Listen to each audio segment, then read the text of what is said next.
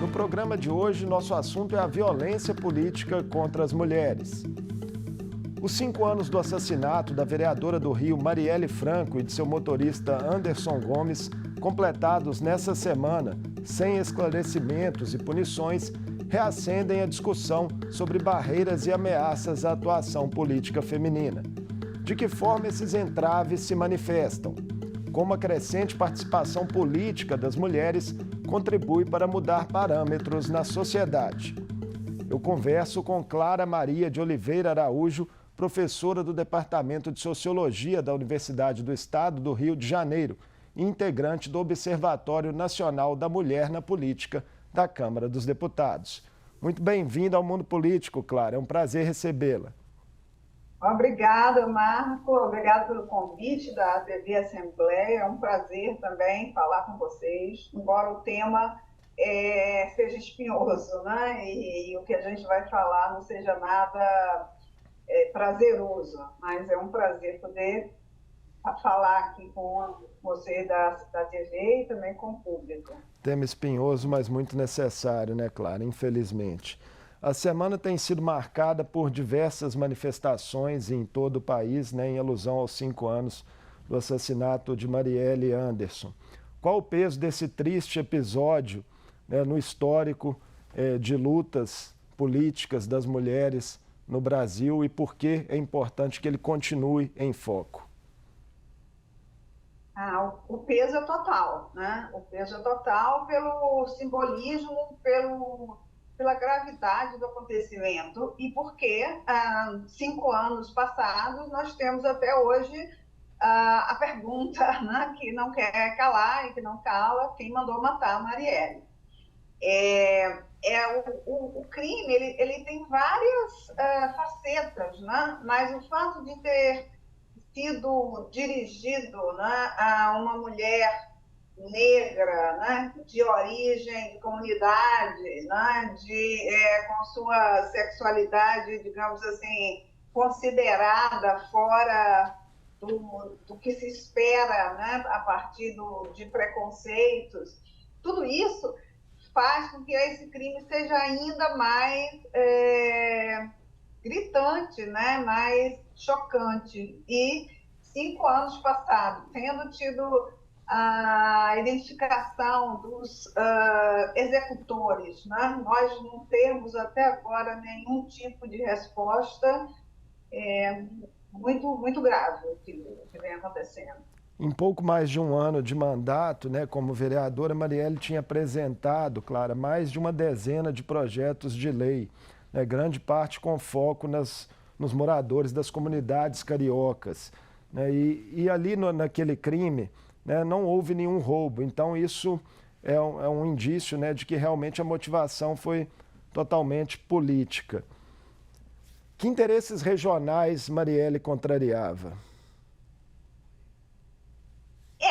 Ela na realidade, tinha uma luta, um compromisso, né, muito grande com a questão dos direitos humanos, de uma população que é absolutamente vulnerável e que fica vulnerável diante da violência urbana, né, constante, que se abate na cidade do Rio de Janeiro, mas particularmente nas comunidades mais pobres.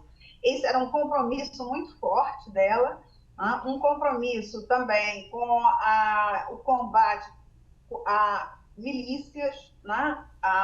Esse é um dado, né, de realidade na cidade do Rio de Janeiro, no estado mesmo, e um compromisso com as lutas das mulheres e dos grupos minorizados, dos grupos que sofrem preconceito. Eu acho que esse conjunto de questões, né, de certa forma, explica um pouco o alvo, né, da Marielle, porque outras pessoas também têm compromissos com a luta contra as milícias, né, com a luta na comunidade, mas ela foi um alvo por essas outras características.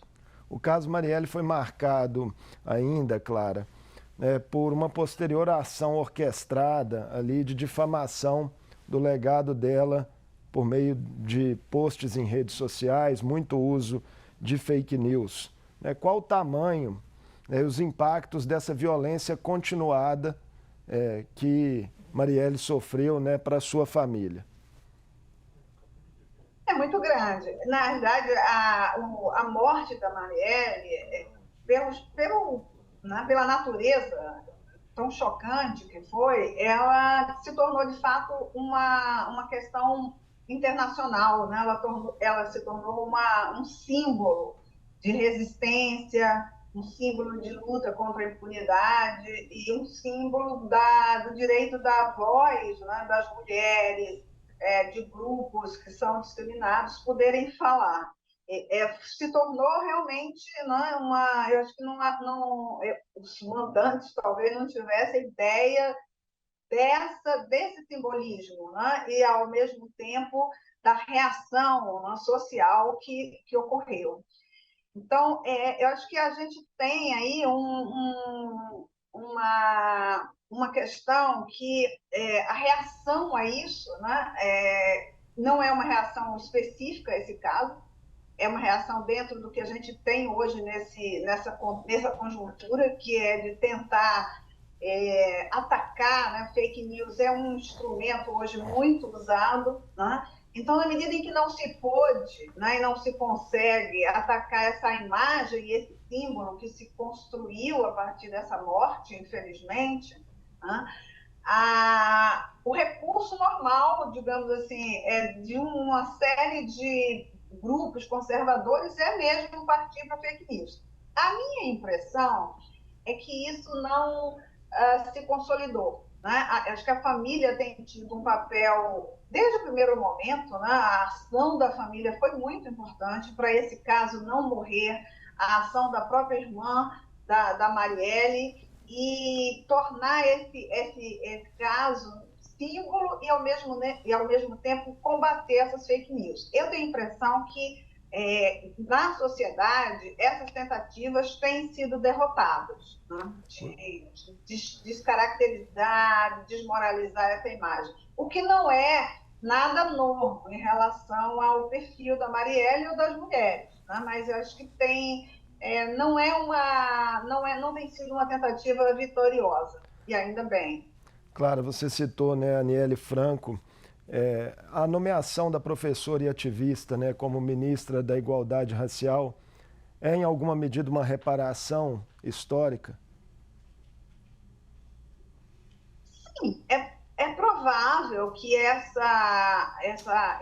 esse ponto tenha contribuído para que ela fosse indicada como ministra, né? Pelo simbolismo, por tudo que o crime envolve, né? Pela natureza, pela impunidade, pelas características. Então, esse é bem provável, porque ela tem sido uma pessoa incansável, né? Mas eu acho que mais do que a, a reparação, né, ela é uma expressão hoje de uma ativista, de uma militante pelos direitos humanos, né, contra o racismo e sobretudo aquele que se abate sobre as mulheres e mulheres pobres, e se mostrou uma pessoa muito enfática, né, e com uma capacidade de articulação muito grande. Então, acho que esses são também critérios que provavelmente contribuíram.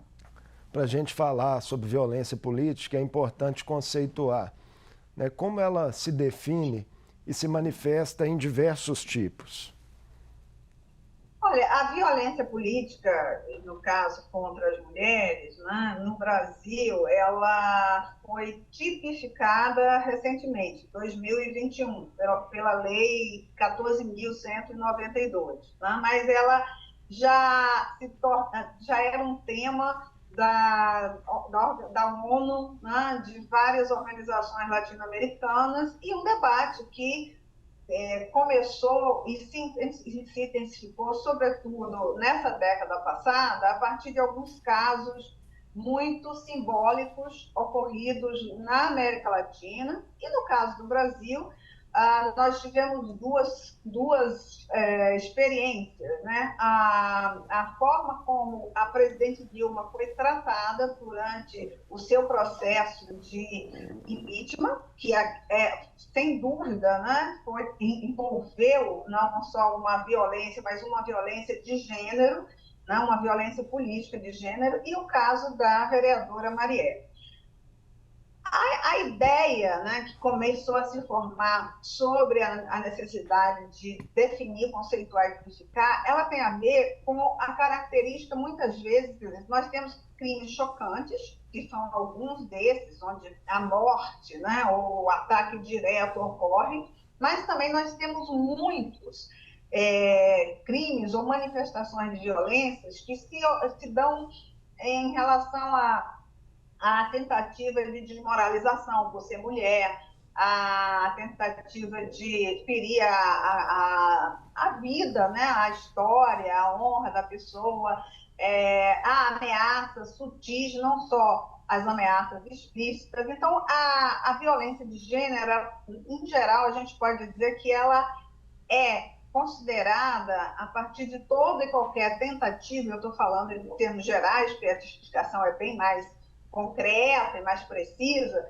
de impedir, né, ou de tentar impedir a participação ou a ação de mulheres em espaços públicos em função da sua condição de gênero, né? E isso envolve desde crimes mais pesados, né, crimes de feminicídio ou assassinatos, até a tentativa de atingir a honra. Eu cito aqui um exemplo de o que é a tentativa de atingir a vida, o histórico, a honra. A ex-deputada Manuela Dávila, no Rio Grande do Sul, né, e todo o histórico de denúncias que ela tem feito sobre como é que ela é atingida, como é que se tenta atingir a sua família, e a própria desistência dela de concorrer em razão disso, tentar para se preservar e preservar a sua família. Então, muitas mulheres acabam desistindo da política. Clara, você acredita que no legislativo, né, esse tipo de reação, né, que gera aí crimes e ataques contra as mulheres tem se tornado mais visível à medida em que elas também ampliam os espaços de ocupação do poder? Sim, tem se tornado mais visível. Me parece que hoje há um certo compromisso, né, que se amplia de parlamentares, de mulheres, sejam elas de esquerda ou de direita, de centro, em torno do combate à violência de gênero na política, porque nesse caso, né, elas não se olha muito se é de esquerda ou de direita. Esse é um fato, né, um fenômeno que atinge mulheres, quando as mulheres são colocadas de forma desrespeitosa, quando elas são mostradas, quando se tenta usar, né, sua vida privada, tudo isso não é novidade, né? Então, acho que ao trazer muitas formas de manifestação, muitas vezes sutis, né, para esse campo do debate público, né, de uma legislação, de tentativa de socializar mesmo a ideia, né, de que violência de gênero também ocorre na política e é um dos responsáveis pela inibição ou pela dificuldade das mulheres. Acho que cria um ambiente na política um ambiente mais construtivo em relação a esse processo. Você citou a lei federal, né, 14.192 de 2021, que tipificou a violência política contra a mulher como crime. Desde que isso aconteceu, o Ministério Público Federal já contabilizou aí mais de uma centena de denúncias, né, até o final do ano passado. E há relatos de que a maior parte dos partidos não se adequou a algumas previsões do texto. Qual sua avaliação sobre isso? O Ministério Público talvez tenha que ter uma atuação mais incisiva de cobrança da efetividade da norma legal? Sim e não, né? Porque, primeiro, vamos pensar que é uma lei ainda muito recente, né? E a gente muitas vezes não resolve o problema da cultura, né? Um problema que está incrustado, que é estruturado na vida social e, neste caso, na vida política, apenas na norma, né? A norma é um passo importante. Então, me parece que o Ministério Público tem feito um trabalho importante, mas ainda é recente para que a gente possa mensurar, né, qual é, de fato, a possibilidade que o Ministério Público tem de ir mais além, mesmo em relação aos partidos. Quer dizer, acho que um desafio que existe, né, e que se reflete também em outras arenas dos partidos, é o de que as mulheres dos próprios partidos, elas possam ser mais agentes desse processo, se organizar e denunciar nos seus próprios partidos, diante de seus filiados, mas denunciar também os casos que ocorrem nos partidos para o Ministério Público. Senão a tarefa do Ministério Público ela fica muito grande, né?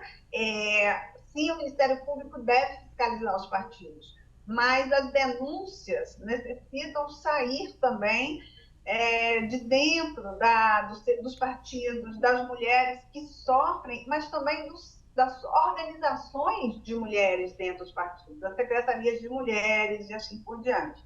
Nós temos N casos, e eu acho que são casos em que o Ministério Público tem atuado. Aqui no Rio, nós tivemos um caso ano passado, né, de um deputado estadual que atacou uma deputada trans, uma vereadora trans em Niterói, e teve uma reação imediata. Né? O fato de que nós temos uma lei de 2021 e já temos tantos casos mostra a atuação do Ministério Público.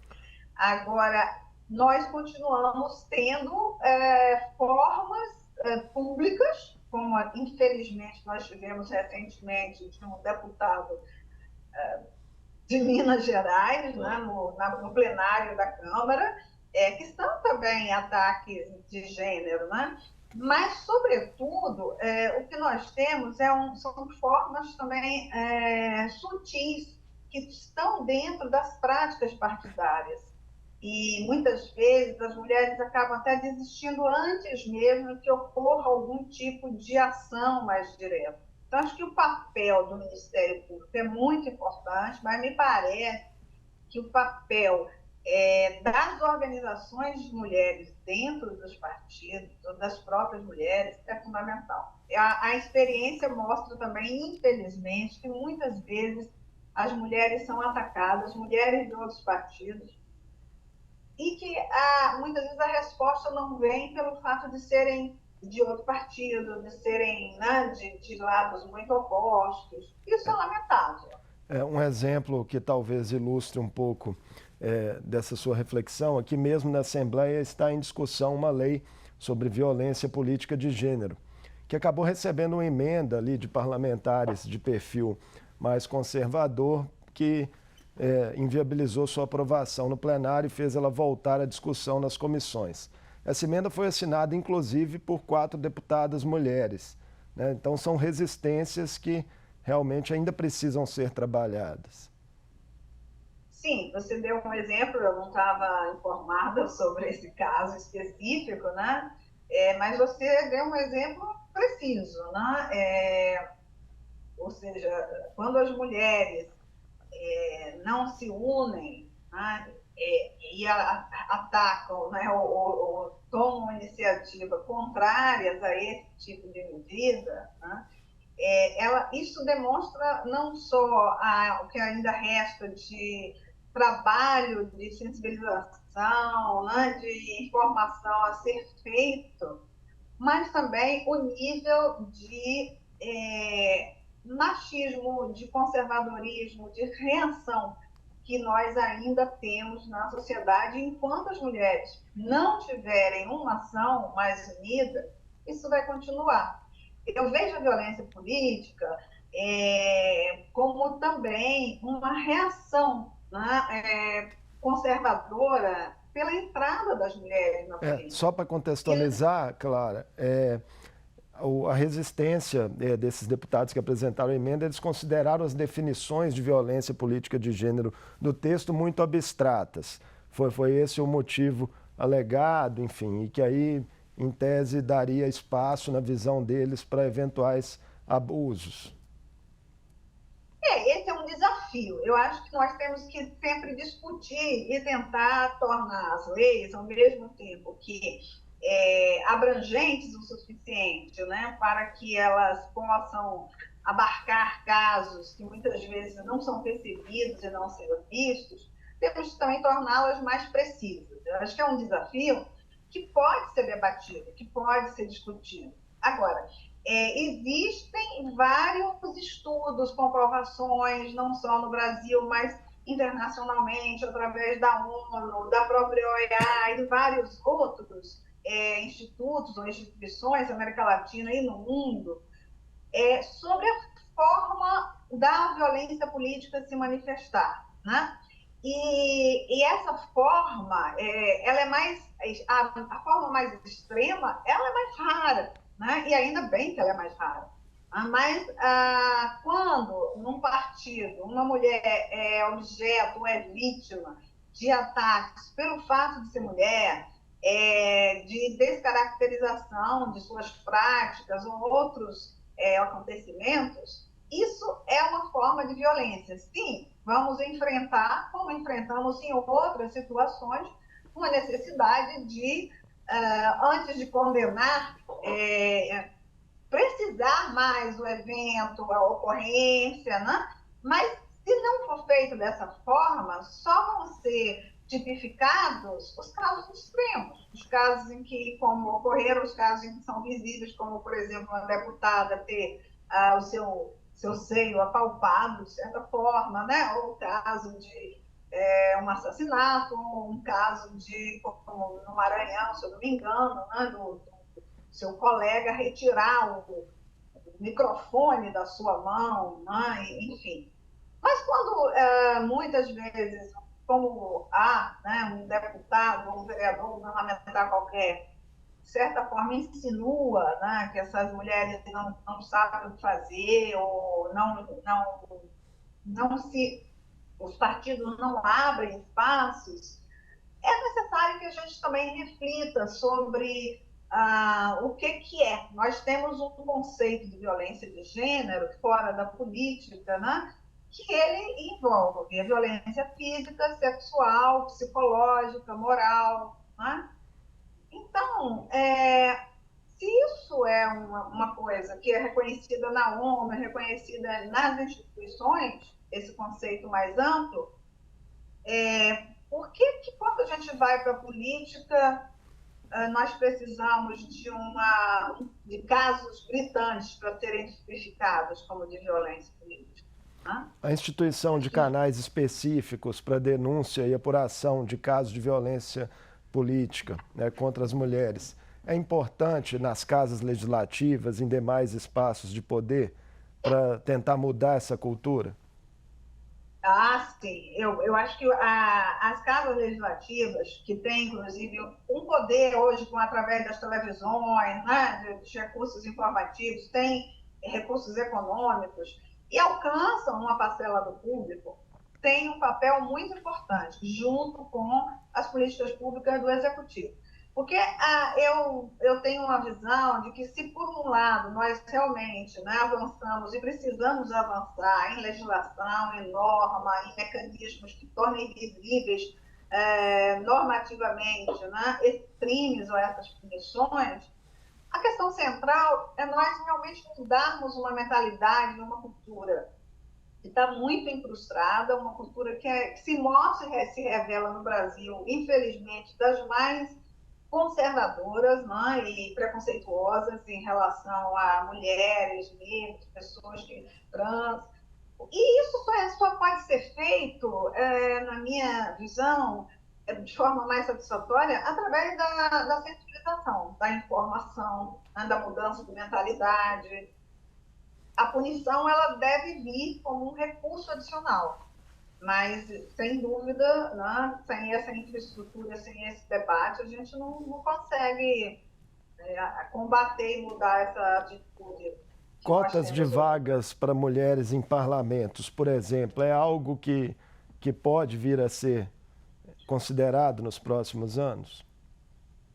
Esse é um debate, né? Me parece que está sendo debatido, já foi debatido na reforma política, né? No Código Eleitoral, na mudança do Código Eleitoral, o debate de 2021, e é um debate que está presente na Câmara. Eu, particularmente, vejo com muita reserva a ideia de reserva, de redundante, mas de cotas de cadeiras, né? Porque eu acho que a gente tem que se perguntar um pouco por que isso só existe, e só existem cotas de cadeiras em países considerados assim, com democracias muito novas ou com sistema democrático muito frágeis. As experiências da América Latina são experiências muito interessantes, de cotas e de paridade. Mas elas têm sido vitoriosas porque houve mudança no sistema político. Então, sim, eu acho que a gente pode até colocar uma reserva de cotas de cadeiras, né? Mas, para mim, a questão está mais embaixo. Né? Por que as mulheres não conseguem voto? Por que as mulheres, muitas vezes, não se animam a ser candidatas? Ou por que elas enfrentam esse processo? Também tem que ser debatido em termos de um sistema eleitoral, político que nós temos, que tem muitos aspectos ainda a melhorar. Né? Mas eu acho que se a cota trouxer pelo menos 30% de mulheres, porque no Brasil é uma vergonha, né? Só agora nós temos 18%, e isso realmente se refletir numa ação das mulheres, numa atitude das mulheres, né? De sua presença política parlamentar, essas medidas serão bem-vindas. Clara, muito obrigado por essa sua participação conosco aqui no Mundo Político, ajudando Obrigada aí a você, a esclarecer né? diversos aspectos, né, da violência política contra as mulheres, e a gente deseja que esse tema em breve, né, seja superado e que a gente tenha um cenário melhor no país em relação a isso. Exato. Muito obrigada a você, a TV da Assembleia. E sim, né, acho que a meta é que a gente não tenha mais que discutir, né, violência política de gênero e leis para que isso deixe de acontecer. Né? Então, já andamos, mas ainda tem muito para andar. Muito obrigada. Até a próxima. Eu conversei com a professora de Sociologia da UERJ, Clara Araújo. Falamos sobre a violência política contra as mulheres na sociedade brasileira, à luz dos 5 anos do assassinato da vereadora do Rio, Marielle Franco, completados nesta semana. O crime que vitimou também o motorista da ex-parlamentar Anderson Gomes permanece impune. O Mundo Político fica por aqui. Obrigado por nos acompanhar e até o próximo programa.